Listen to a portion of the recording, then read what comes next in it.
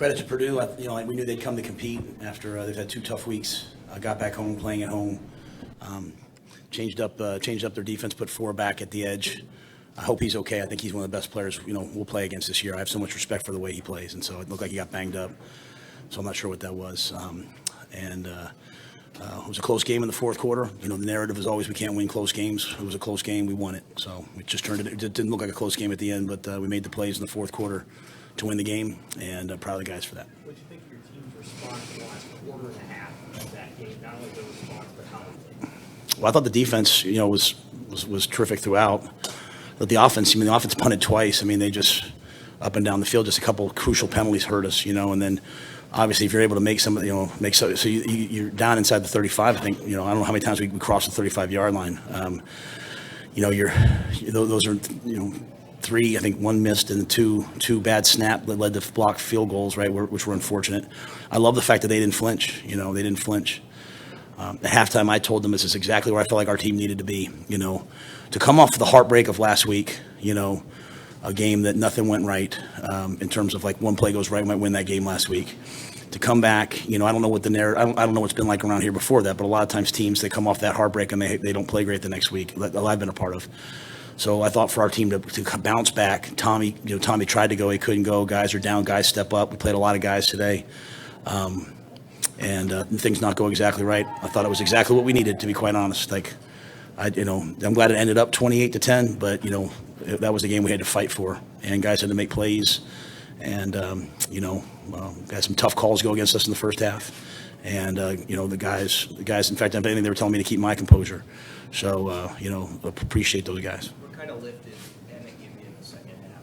Yeah, I think Emmett made some big time plays, making some guys miss, and then after we had the hold, the block in the back of the hold, and then I got the 15-yarder. He comes out on the screen, and he's pushing the O-lineman to get him going forward. And so I thought, really, if you talk about crucial plays, it's that, and then it's the 4th down off tackle run by at the goal line, to go for it on 4th down. So just proud of those guys. Now that Ja'Cory obviously gave us a real lift on offense with some of those speed sweeps and the reverses, and people are really, when he's out there, people are defending us differently.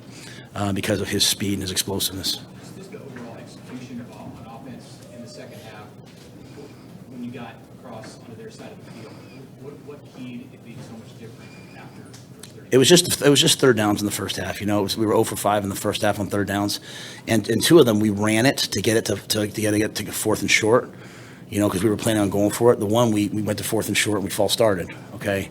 The second one, I can't remember what happened. We didn't get it, right? So we just said, hey, you know what? Let's throw it for 2 downs. Let's give Dylan 2 chances, moving forward. And again, if it's 9-0 at the half, you're kind of disappointed in your red zone offense, but it's not quite. That was what it was. And so we just made the shift at halftime. Like, all right, we're going to go for it.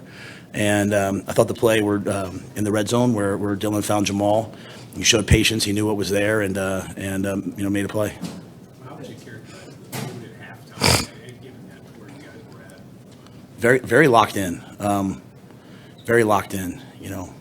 I think our guys last week felt a lot of pressure to win, and not in a bad way. That's not a soft thing. Like, they just know people are counting on them to win, and I think this week they said, forget it. Let's just go compete. Let's just go play. And I thought guys wanted to play, and then they came out. You think about it, right? They came out and they went down the field and scored and kicked a field goal. And but I thought our guys went right back down there. So, about everything that could go wrong went wrong in the first half. Emmett's touchdown gets called back. We didn't touch the guy. We didn't touch him. We did not touch him. So it wasn't about whether he was behind the line or not. We run at the guy and we avoid him, so we didn't touch him. And so they know that they executed that play and it gets called back. And so obviously that some guys could be frustrated, when they know, man, we can't do anything right. But I thought the guys responded, and I was really proud. So that, again, that's what I said to them at halftime. This is exactly the type of game we need. We needed to go out there and win the game at the very end of the game. And again, that's about halfway through the fourth quarter. That game was won. The kicking game, was there a specific distance that you felt good about sending Jonathan out at? What did you see on those missing blocks? Yeah, the first one he missed, right? It just missed. He's about 50-50 from the 15-yard line, but he's also about 50-50 from the 45-yard line. He's a young, developing kicker who's got a big, big leg and had a great week of practice, and he just missed that first one. The second two are just bad snaps. Those balls are in the ground, right? So you can't put those on him, and those weren't like blocks per se where we're not protecting. Those were bad snaps. The first one, we had one snapper in, then we made the change, went to the other snapper, it's a bad snap. So all of those guys, and as I said down the stretch, man, like, they got to come out of their head. They got to start playing from right here with passion and belief in themselves. I know it sounds corny, but it's not. And even the extra points at the end, all of a sudden we had good snaps. And so we are. It might not be for everybody, but we are just a growing team. We're just growing. All right. So people can spend all their time trying to think what we're not. I choose to see what we are. We're getting a little bit better in different areas.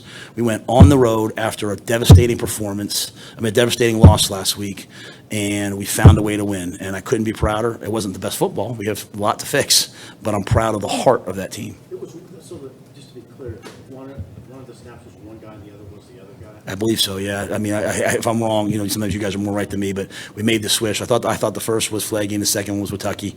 That's okay. I thought so. Yeah. Matt, what about your running? What were your thoughts on how they stepped up and slowed down what Purdue was trying to do? Yeah, I thought the boys came out to play. I mean, there was a little bit like that one drive. It was a little bit of leaky first down. So they were in a 2nd and 5 and allowing them to continue to play. I thought what was really great on defense today was, when Tommy couldn't quite go, like he came up, we thought he was going to be able to go. He warmed up. We thought maybe he could go and just still not right quite there yet. So, all right, we turned to Sierra. Sierra gets banged up. Jeremiah goes in. We're out there at times in crucial downs. Now we got Jeremiah out there. We got Mario Buford out there. And I thought they played pretty well. Willis McGahee had some big plays. So there's a lot of, young players contributing, in that. But that allows you, because Tony can trust those guys in the back, it allows them to, play the run and put guys up there in the box. And I thought, we didn't give up any big ones. I think Maccabee's a heck of a player. I mean, that number 45 is a heck of a player, and that's a well-coached O-line. They run outside zone as well as anybody. 250 yards or whatever it was, 240, whatever, last 260 last week. So, first, I don't know what they finished with rushing, but I thought our guys did pretty well. 50. So I thought our guys did pretty well. It's not just this game, but there's been quite a few penalties in a lot of Big Ten games lately. From your thought process, is there a conversation that they need to have, the league needs to have with teams about blocking on the perimeter or covering the receivers, and then what did they tell you at the end about doing that? Yeah, I got a flag. I threw my headset. Now I was on the white, so I was under the impression on the white I could throw my headset. He said the referee said I looked at him, so he knew I was upset. But obviously he didn't throw the flag, so I was just mad, So I'm not here to complain about officials. I'll turn them in. I'll get the responses on Monday or on Sunday. I think we had a tough go of it last week, and here's what I know: someone's going to have to start to fight for Nebraska. All right, so I'm here to fight for Nebraska, and so Troy does. Our AD will fight for Nebraska in that way, but I wanted the fellows to see me out there fighting for them today, and so I think that's my 3rd penalty ever. So I got one in the NFL because I was in the white and the guy ran me over. I think I got one when we got a blindside block at Oklahoma State. There's not been many, right? So I don't speak disrespectfully to the officials, all that, but I did throw my headset, and but I thought I was okay because I was in the white. With that being said, it's a penalty. He called it a penalty, and Emmett went ahead and made me right. So I felt bad. I don't want to affect the game in that regard, but penalties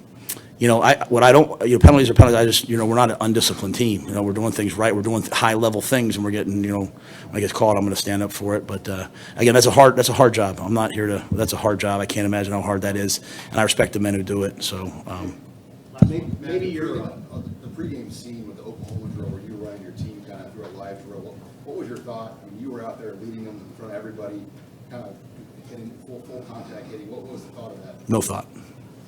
Is that something you have done before? Yeah, well, but we did it way back when. But I was just excited to go. Today was about us. Today was about us coming out to compete, and I wanted to see the guys come out and fly around and compete. So I just called a couple guys out, and they were ready for it. One of those guys was Oscar Trick. He's the guy that was leading blocker on that 4th down. I don't know if you've seen that play, but he basically took out their 2 best defenders. Yeah, did he really? That's awesome.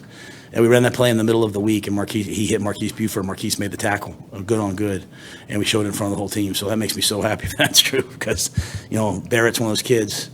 I mean, I wish I could expound, but when I expound, sometimes it turns into all these other narratives. So I'll just say this: he's one of those guys who, there's this, as they grow, they go from trying to do everything right to trying to kick someone's tail in the right way.